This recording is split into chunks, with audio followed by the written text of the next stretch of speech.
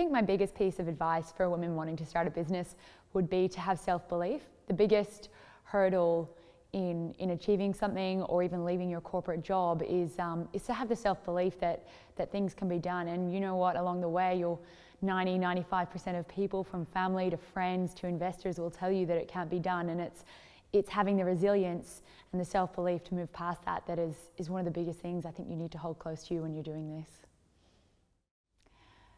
I think the worst piece of advice that I've ever received is that it's too risky for you, Bridget.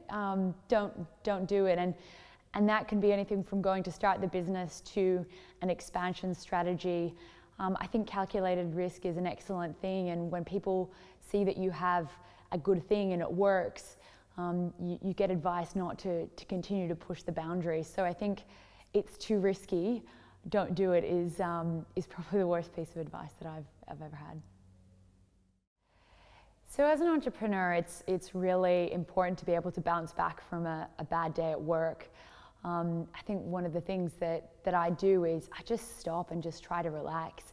Often the tendency is to do more, make more calls, send more emails, but it's so important to be able to manage yourself. And what I do is, I take an hour or two out, have a glass of wine, read a book that's not related to my work, speak to friends, do some meditation, have a lie down, and just try and switch my brain off for an hour or two. Because recovering from a bad day of work, which we all have bad days, is a really important part of being a successful entrepreneur.